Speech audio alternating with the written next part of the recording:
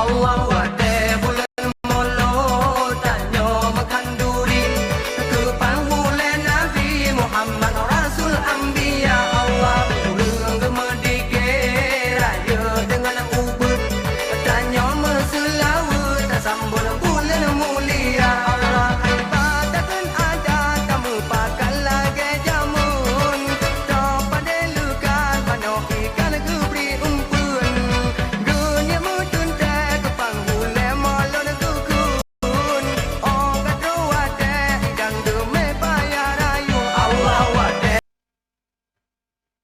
Assalamualaikum warahmatullahi wabarakatuh. Raditu billahi robba wa bil islami dina wa bi Muhammadin nabiyya wa rasul. Syukur alhamdulillah kita panjatkan kepada Allah Subhanahu wa taala karena pada hari ini, hari Selasa 13 Rabiul Awal 1446 Hijriah, bertepatan dengan tanggal 17 September 2024. Oleh Allah Subhanahu wa taala diberikan kita kesehatan, nikmat iman, nikmat kesehatan, nikmat kesempatan, nikmat kebahagiaan, sehingga kita stabil dalam menempuh perjalanan hidup ini. Salawat dan taslim terhadap junjungan kita Rasulullah sallallahu alaihi wasallam, menuntun kita di dalam mengarungi bahtera kehidupan agar supaya kita selamat dunia dan akhirat. Sahabat-sahabat, rekan-rekan yang dimuliakan oleh Allah Subhanahu wa taala, pada 13 Rabiul Awal ini, kemarin 12 Rabiul Awal, 13 Rabiul Awal ini Yaumul Bid ataukah puasa putih, puasa terang bulan, sekarang pas terang bulan 13 Rabiul Awal ya. Sahabat-sahabat yang paham sunnah Rasul bahwa ini kita puasa kalau 13 Rabiul Awal, tanggal 13 bulan Hijriah, kita puasa 13 Selasa, Rabu 14, Kamis 15 ya, 15 Rabiul Awal. Jadi kita puasa ini mulai Senin, Selasa, Rabu, Kamis ya. Puasa sangat penting sehingga bisa memelihara kesehatan kita. Yang belum puasa, niat puasa kalau bisa berturut-turut, kalau tidak jadi hari ini ya diusahakan besok kalau berturut-turut. Nah, itulah kita hari ini.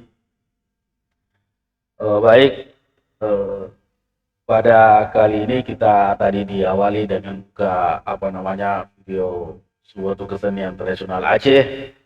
Bersemangat sekali dan enak ini pakai pembuka untuk lagu-lagu perjuangan. Nah, sekarang kita akan belajar menambah pengetahuan kita pagi-pagi ini agar supaya iman naik. Ilmu sikit ilmu adalah mengetahui perintah Allah, zikir adalah bagaimana mendekatkan hati kepada Allah, harus bersamaan. Sebelumnya kita lihat di bawah ini bahwa kita bersyukur karena ibarat pohon ya, ini dikatakan bahwa sedikit sekali nikmat Allah yang kita syukuri, karena kebanyakan kita menganggap bahwa rezeki itu hanya berupa harta, itu yang kelihatan, materi. Ini ibarat pohon ubi kayu yang tidak kelihatan itu dalam tanah, yang kelihatan itu misalnya batang dan daunnya, ya itulah yang kelihatan. Yang kelihatan diibaratkan itu rumah kelihatan, pohon kelihatan, uang kelihatan, harta yang lainnya kelihatan. Tapi apa yang tidak kelihatan? Badan sehat, anak soleh, tetangga baik, rasa aman, semua tidak kelihatan. Sekarang kalau disuruh memilih pilihan nampak ini atau pilihan di bawah ini, ya kita katakan bahwa untuk apa rumah, mobil, uang, harta ini kalau badan tidak sehat, tentu galau, tidak sepadam. Demikian pula rasa aman, tangga baik anak soleh, masya Allah. Ini anak soleh nih. Lalu ini semua yang kelihatan ada, tiba-tiba anak kita ini gimana ini penerus kami ini? Gimana ini tingkahnya ini? Ya, tentu berbagai persoalan-persoalan terbayang tidak enak, ya.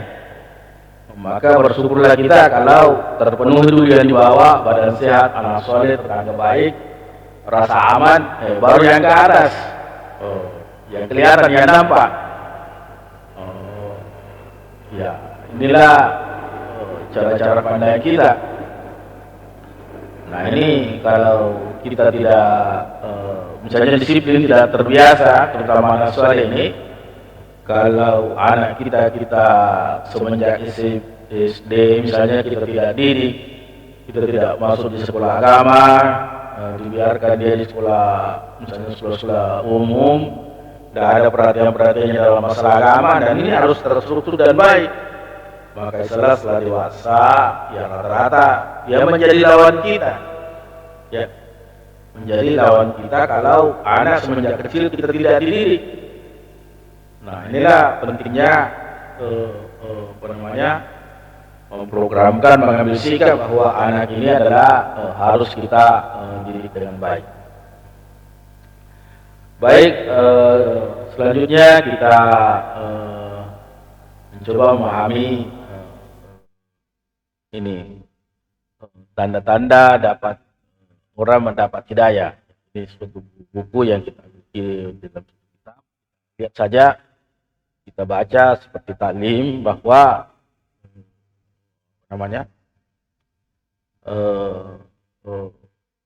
supaya yang membaca, mendengar, walaupun sama-sama pengetahuannya, tetapi karena kita baca maka terkontrol apa yang kita ucapkan. Tanda-tanda orang yang mendapat hidayah: pertama, orang yang bersyukur atas kerja dakwah adalah senantiasa dia menyambut takasa tugas dakwah dan meningkatkan pengorbanan di jalan Allah. Di antara tanda-tanda orang yang mendapat hidayah adalah pertama, tidak tertipu atau terpengaruh oleh kehidupan dunia. Ini statement ini kita harus berhati-hati menanggapinya, ya. Sangat berhati-hati. Apa itu? Tipuan berhala, berkeyakinan bahwa benda-benda dapat memberikan manfaat. Nah itu siapa yang memberikan manfaat? Allah Subhanahu wa Ta'ala. Benda-benda itu hanya sekedar benda-benda yang berinteraksi dengan panca indera kita. Tipuan harta, meyakini bahwa dengan harta akan mendapat kebahagiaan. Nah ini penting sekali nih, bahwa harta itu didudukkan pada tempatnya, ya, bukan kita menjadi hamba, dia yang jadi tuan. Kita dudukkan tempatnya. Bagaimana mendudukkan tempatnya? Ada, ya, lihat perintah agama, yang namanya sedekah, ada zakat, ada ditempatkan pada perintah Allah itu harta, sehingga tidak membebani kita, ya. Tipuan iptek, menjadi hamba teknologi dan berkeyakinan bahwa dengan teknologi mereka akan mendapat kesuksesan. Nah ini teknologi luar biasa juga.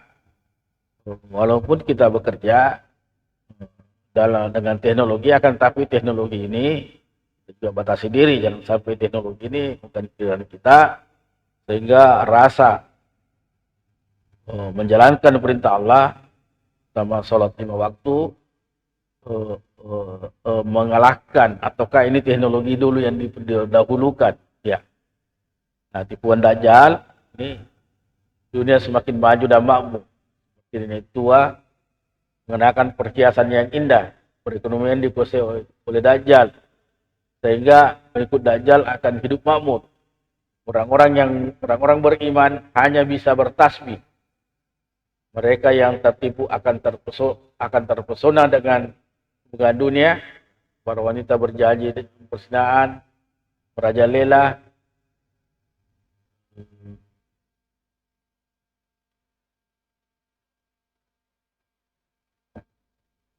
kemegahan dunia, para wanita bernyanyi dan bersinahan meraih. Rasulullah Sallallahu Alaihi Wasallam bersabda, demi Allah, aku tidak takut kemiskinan dan kelaparan menimpa kalian. Namun yang aku takutkan adalah jika kemewahan dunia mendatangi kalian, sebagaimana kemewahan dunia telah diberikan kepada mereka, kepada orang-orang terdahulu, dan hati kalian akan berpaling ke arahnya, bagaimana hati mereka telah dipalingkan ke arahnya. Inilah yang akan membinasakan kalian, bagaimana kaum terdahulu. Kita siapkan bahwa itulah namanya tipuan Dajjal ya. Ini hadis Bukhari. Kemudian tanda-tanda orang yang mendapat hidayah yang kedua adalah, lihat ini, siap mati sebelum kematian itu datang. Kematian adalah hari raya bagi orang mukmin untuk berjumpa dengan Rabb-Nya. Dakwah sebagai jalan hidup, hidup untuk dakwah dan dakwah sampai mati, dan mati dalam dakwah, serta mewariskan kerja dakwah kepada turunan hingga hari kiamat. Nah, ini si tanda-tanda orang yang mendapat hidayah ini selalu ya, siap mati sebelum kematian itu datang. Artinya ya, karena kita siap mati, perintah-perintah Allah kita tunaikan, larangan Allah jangan kita kerja. Ada persiapan untuk mati, bahwa sebentar mati, maka inilah tanda-tanda orang yang mendapat hidayah. Kalau misalnya nanti tidak ada itu kematian, maka ya, lainlah ceritanya. Tetapi kalau kita orang yang mendapat hidayah ini ya tidak bilang kalau saya mati detik ini persoalan selesai, tidak ada pertengkaran, tidak ada utang tidak terbayar, tidak ada piutang tidak diketahui, sudah di catatan, misalnya sudah ada di saku. Demikian selanjutnya. Kemudian yang ketiga adalah, kita lihat ini adalah semangat mengamalkan agama sesuai sunnah Rasulullah Sallallahu Alaihi Wasallam dalam kehidupan sehari-hari selama 24 jam. Bagaimana tertib hidup sahabat. Ini dari Sayyidina Ibnu Umar radhiyallahu anhu, bahwa Rasulullah Sallallahu Alaihi Wasallam bersabda. Kita baca teksnya.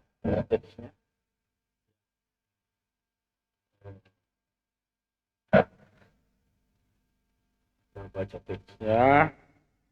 Kemudian itu ada artinya di bawah. Ya. Kita baca artinya dulu. Setiap amal itu ada masa merasakan semangat dan masa jenuh, merasa letih. Barang siapa pada masa letihnya tetap dalam sunnah petunjukku, maka dia telah beruntung. Namun barang siapa yang berdalih kepada selain sunnahku, berarti dia telah binasa. Hadis Ibnu Hibban dan Ahmad. Ya.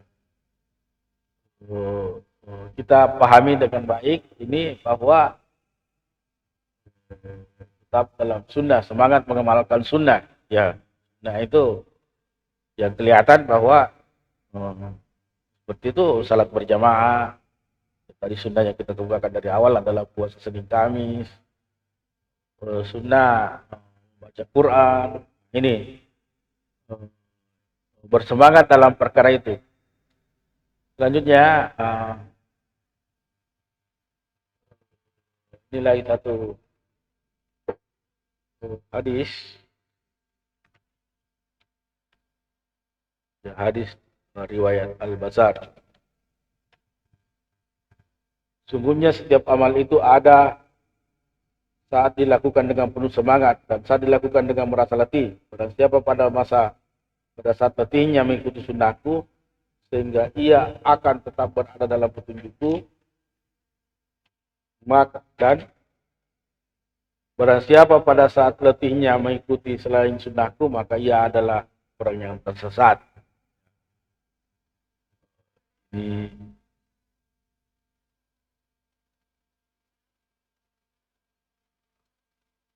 sambungan daripada tadi ya. Nah, inilah yang ketiga.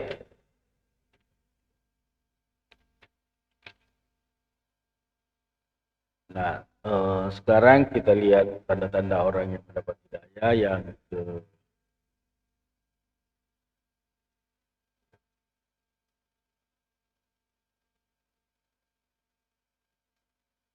keempat ini.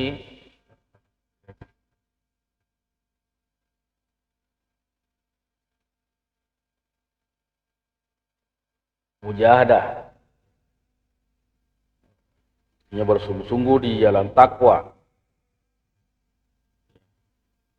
jalan tengah yang aman, sederhana dan singkat seperti Sayyidina Abu Bakar, Umar, Utsman, Ali dan para sahabat lainnya. Dan juga jalan fatwa, jalan pinggir. Apabila tidak berhati-hati akan tergelincir ke dalam dua kebinasaan. Dalam Al-Quran dijelaskan, dan di antara manusia ada yang menyembah Allah dengan berada di tepi. Maka jika yang memperoleh kebajikan, tetaplah ia dalam keadaan itu. Dan jika ia ditempa dalam suatu bencana, berbaliklah ke belakang, rugilah ia di dunia dan di akhirat. Demikianlah orang-orang. Demikian itu adalah kerugian yang nyata. Quran surah Al-Hajj ayat 11. Ini mujahadah. Tetap dalam garis kebenaran, walaupun itu penuh kesusahan. Kemudian yang kelima adalah berdakwah pada siang hari, pada malam hari menunaikan sholat tahajud dan berdoa memohon hidayah untuk seluruh manusia. Jadi tanda-tanda dapat hidayah ini ada 5. Inilah yang sempat kita kemukakan pagi ini. Semoga dengan amal yang sedikit ini bisa kita menjadi peringatan kepada kita semua, nasihat terutama diri sendiri dan keluarga, bahwa berhati-hati dalam menempuh kehidupan ini. Ya memang kadang-kadang kita dipicu ekonomi sehingga kita terlalu condong dan bahkan terpengaruh. Kata ulama, agama ini dijunjung, dunia ini dijinjing. Agama yang dijunjung maksudnya dunia dijinjing. Kalau misalnya agama pada diri kita ini mulai oleng, maka lepaskan sebagian yang dijinjing. Ya. Maka pegang itu kembali yang dijunjung. Agama sudah mulai terlambat sholat, ya, mulai masbuk, mulai tidak ada lagi puasa Senin Kamis, lagi tahajud. Berarti itu terlalu lelah, ataukah terlalu banyak beban dunia, ataukah terlalu panjang angan-angan. Oh, mau begini, mau begitu, mau begitu. Sehingga yang nyata, yang pasti adalah akhirat, ada surga dan neraka, ada pengadilan sirat, ada pengadilan amal, tidak diyakini lagi dan tidak dihiraukan lagi.